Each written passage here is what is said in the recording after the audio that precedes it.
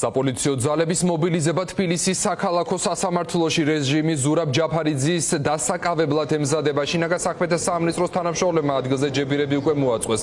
სხდომას მოსამართლე ირაკლის შვანგირაძე გაუძღვება, ის სინდისის პატიმრების საქმეშიც ფიგურირებს.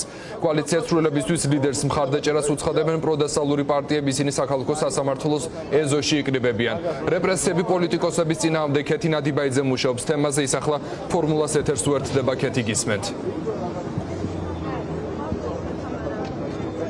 ეს სურათიც ალბათ ხატყობს დღეს როგორ შეიძლება განვითარდეს პროცესები. ხედავთ აქ პოლიციის მობილიზაციას, ახლა იმყოფებით თბილისის საქალაქო სასამართლოს ცენტრალურ შესასვლელთან, სადაც დიდი ჭიშკარი ჩაკეტილი არის, აქედანაც და იქეთა მხრიდანაც მას იცავს პოლიცია, რამდენიმე რიგად. დარჩენილი არის ღია მხოლოდ ერთი პატარა კარი, სადაც ასევე პოლიცია და მანდატური დგას და სახელების და გვარების მიხედვით ამოწმებენ და ისე უშვებენ მოქალაქეებს, როგორც ამბობენ ზურაბ ჯაფარიძის სხდომაზე უკვე აღარავის შეუშვებენ, რადგან სხდომა ტარდება მეხუთე დარბაზში, რომელიც მცირე ზომის დარბაზია და 20 კაცი დაეტევაო, როგორც მანდატურებმა განუცხადეს აქ შეკრებილ მოქალაქეებს.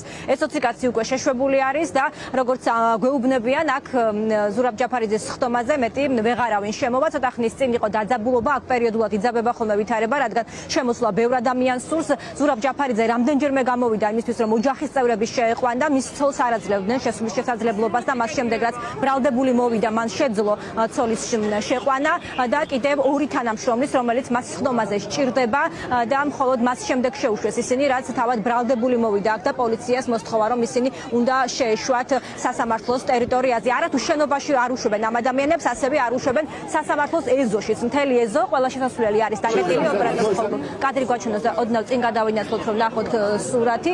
მთლიანი ეზო არის ჩაკეტილი. ეს არ არის სრული სურათი პოლიციის მობილიზაციის, ყველა მხარეს პოლიცია დგას, ეზოში პოლიცია დგას, მიმდებარე ტერიტორიაზე უამრავი ავტომობილია პოლიციის და ათობით შეიძლება ითქვას ასობით პოლიციელიც კი დგას აქ. ეს არის მხოლოდ ერთი პერიმეტრი, სადაც ხედავთ რა რაოდენობის პოლიცია არის განთავსებული. როგორც განგვიცხადეს პოლიციელებმა, ისინი იცავენ უსაფრთხოებას, თუმცა რასაჭირო არის ამგვარი მობილიზაცია სასამართლოს სხდომაზე, ეს გაურკვეველია, თუმცა ამ კითხვაზე პასუხი აქვს თავად ბრალდებულ ზურაბ ჯაფარიძეს, რომელმაც ცოტა ხნის წინ გვინთხრა, რომ აი ეს სურათიც ხატყობს დღეს როგორ შეიძლება განვითარდეს პროცესები და რომ მართლაც დღეს აპირებენ მის დაპატიმრებას. ზურაბ ჯაფარიძე უკვე სასამართლოში იმყოფება. გარდა იმისა, რომ მის სხდომის მონაწილეებს უჭირთ შესვლა და არ უშვებენ უკვე შეიძლება ითქვას, პრობლემა აქვთ ასევე სხვა სხდომების მონაწილე რიგით მოქალაქეებს, რომლებსაც უწევთ აქ ლოდინი და ზოგიერთი ბრალდებული საკუთარ სხდომაზეც კი აგვიანებს, რადგან გაურკვეველი ვითარება არის სასამართლოს შესასვლელთან. სამწუხაროდ ვერ ვახერხებ ახლა რომელიმე რესპონდენტთან გასაუბრებას.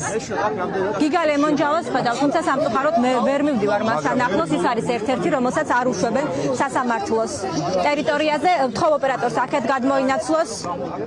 საჯარო სივრცეში შემოვიდეთ თუ არა, ვის უნდა ვკითხოთ? დაუკითხავთ თქვენი სახლი. დატოვოთ ტერიტორია ქალბატონო. თქვენი სახლია, რომ რატომ ატოვებინებ? ძველი რა არის, რატომ უნდა დავტოვო? ტერიტორიას რატომ უნდა დავტოვო ტერიტორია? დარბაზში შესაბამისი რაოდენობა. ეზოში რჩები. ხო და ის რაოდენობა უკვე შესული არის ტერიტორიაზე. ეზოში ყოფნა ეზოში ვერ შეგიშვათ უსაფრთხოებიდან გამომდინარე. რატომ? რა საფრთხეა? მე წარმოვადგენ საშიშროებას აქ. არ გიშვათ ქალბატონო, მარტო თქვენ კი არა, სხვასაც არ უშვებთ. რატომ არ უშვებთ? თქვენი სახლია, რომ ნინო პიდაიშვილმა ნებართვა უმეჭიდები ადამიან რაქცევი. არა, იქცევი არა სანთარად. არა, ეს რა არის? როგორც ხედავთ, უკან გაიყვანეს კოალიცია ცვლილებისთვის ერთ-ერთი წევრი ნინო კვიტაიშვილი, რომელსაც უთხრეს, რომ დარბაზში ადგილი აღარ არის და ის ვერ შემოვა. თუ შეიძლება რომ შემოვიდე. რომელი კანონი გაძლევთ იმის უფლებას, რომ სასამართლოს ტერიტორიაზე მოქალაქეები არ არის სასამართლოს ადმინისტრაცია. ეხეთ მაგათ ეხა მაგას ჩვენ ვერ ვერევით ეხა. კანონი რომ ირღვევა, რატომ ვერ ერევით? კანონი რომ ირღვევა, რატომ ვერ ერევით? კანონი ირღვევა. სხდომები ღია და ნებისმიერ მოქალაქეს ნებისმიერ დროს შეუძლია განსაკუთრებულ შემთხვევებში ვის შეუშვებს და ვის არ შეუშვებს, ეს ჩვენი საქმეა. განსაკუთრებული შემთხვევა როა ვინ დაადგინა? განსაკუთრებული შემთხვევა დაადგინა აქციის მონაწილეებმა. აქცია მიმდინარეობს და აქედან გამომდინარე განსაკუთრებული შემთხვევა, რომ ის ვის ეზღუდება გამოაცხადა აქცია განსაკუთრებული აქცია გამოაცხადა ზურაბ გიჩი ჯაფარიძის მხარდამჭერებმა გამოაცხადეს აქცია და რატომ არის განსაკუთრებული აქცია როა გასაგებია, მაგრამ განსაკუთრებული შემთხვევა რატომ არის აქცია, მშვიდობიანი აქცია, რატომ არის განსაკუთრებული დავითის მანდატური სუფრების ბრალდებული გულშემატკივრობა, რატომ ხალხურაულობა როა და ვიღაც მხარდამჭერას რო გამოხატავთ, ეს უკვე აქციის ფორმაა რა. არის ჩვენი რამეს აშავებენ ეს აქციის მაგას ვერ გეტყვით მე როგორ გახსოვთ პასუხი კითხეთ აბა ვინ უნდა გამწეს პასუხი მანდატურებს კითხეთ მანდატურებს ესენი არიან ამ შენობაში შეუცვლელ ხალხზე პასუხისმგებლები და მე მანდატურს ეხან რომ მოკლედ ასეთია პოლიციის განმარტებები დაველაპარაკები მაგას არა რომლებიც იცავენ სასამართლოს შესასვლელს და არაძლევენ მოქალაქეებს აქ შემოსვლის შესაძლებლობას. რამდენიმე საათია უკვე ეს რეჟიმია სასამართლოში, ჩვენ დაახლოებით 2 საათით ადრე მოვედით, თუმცა უკვე ჩაკეტილი იყო სასამართლოს ყველა შესასვლელი, მხოლოდ ეს ერთი კარი იყო დარჩენილი და იქაც აკონტროლებდნენ თუ ვინ შედიოდა სასამართლოს ტერიტორიაზე. უამრავი პოლიციელია გარშემო მობილიზებული, არა მხოლოდ სასამართლოს ეზოში, არამედ მის გარეთაც.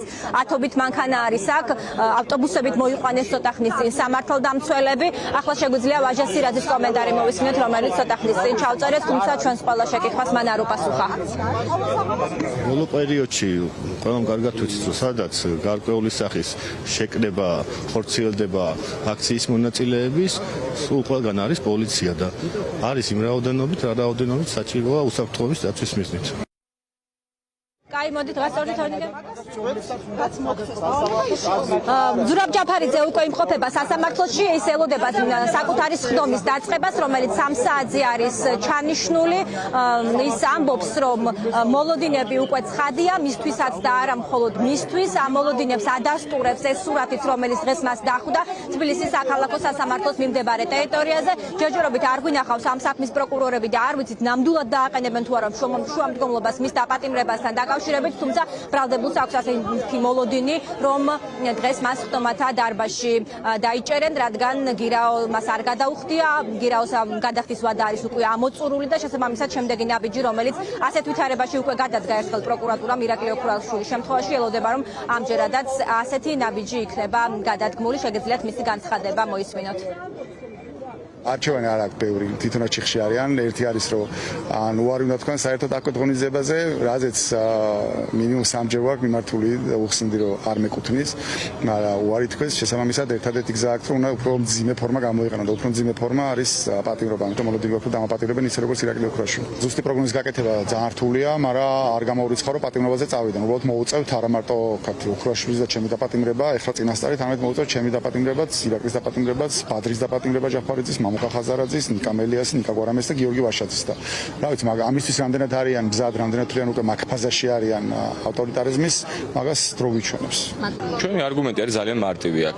ევროსასამართლოს განმარტებების თანახმად, იმ შემთხვევაში თუ პირს არ აქვს ჩადენილი დანაშაული, ახალი დანაშაულის არ არსებობს ახალი დანაშაულის ჩადენის საფრთხე, არ არსებობს მიმალვის საფრთხე და არ არსებობს მტკიცებულობათა განადგურების საფრთხე 30 დღის განმავლობაში, რის გამოც გირაო იქნა გამოყენებული, ეს იმას ნიშნავს, რომ გირაოს გამოყენება საერთოდ არ ყოფილა საჭირო. ამიტომ ამ კონკრეტული მოცემულობით პოლიტიკური ნიშნით მით უმეტეს პატიმრობის გამოყენება თან იმ მუხზე, რომელიც არავისაც ადგენია ბრალად გარდა იმ პირებისა, რომელიც ეხლა ჩვენ ვიხილეთ რამდენიმე პოლიტიკური პარტიის ლიდერს, ჩვენ მივიჩნევთ, რომ აქ დარღვეული იქნება ევროკონვენცია, ამიტომ მოუწოდებთ სასამართლოს პროფესიულად, მეგობრულად, პროკურატურასაც, რომ არ განახორციელონ ისეთი ქმედებები, რომელიც საფრთხე შეუქმნის და ჭრილს მიაყენებს კონსტიტუციურ წყობილებას. ასეთია ვითარება თბილისის საქალაქო სასამართლოში და მის მიმდებარე ტერიტორიაზე, სადაც პერიოდულად ვითარება იძაბება, რადგან ზურაბ ჯაფარიძის მხარდასაჭერად მოსული არის არაერთი მოქალაქე, როგორც მისი თანაპარტიელები, ასევე რიგითი მოქალაქეები, თუმცა მათ არ ეძლევათ არც ეზოში შემოსვლის შესაძლებლობაც კი. 20 ადამიანი შეუშვეს მხოლოდ, რადგან სხდომა ჩანიშნული არის დარბაზში, რომელიც არის მცირე ზომის, მიუხედავად იმისა, რომ სასამართლოთვის კარგად იყო ცნობილი ბოლო დღეების განმავლობაში რამხელა ინტერესი არის ამ სხდომასთან მიმართებაში, არა მხოლოდ საზოგადოების მედიის ინტერესით, შეიძლება ითქვას, რომ ეს პატარა დარბაზი შესაძლოა მხოლოდ მედიამ გაავსოს, არ ვიცით, ნახავთ რა ვითარება იქნება, ცოტა ხანში დაიწყება ეს სხდომა. 20 კაცი შეუშვეს მარტო მოქალაქეებიდან, მანდატურებმა და პოლიციამ და განუცხადეს დანარჩენებს, რომ მეტი ადგილი ამ დარბაზში არ არის და მეც ვეღარ შეუშვებენ. ველოდებით მოკლედ აქ პროცესების განვითარებას და ცხადია ფორმულას მაყურებელი ნახავს, როგორ განვითარდება პროცესები.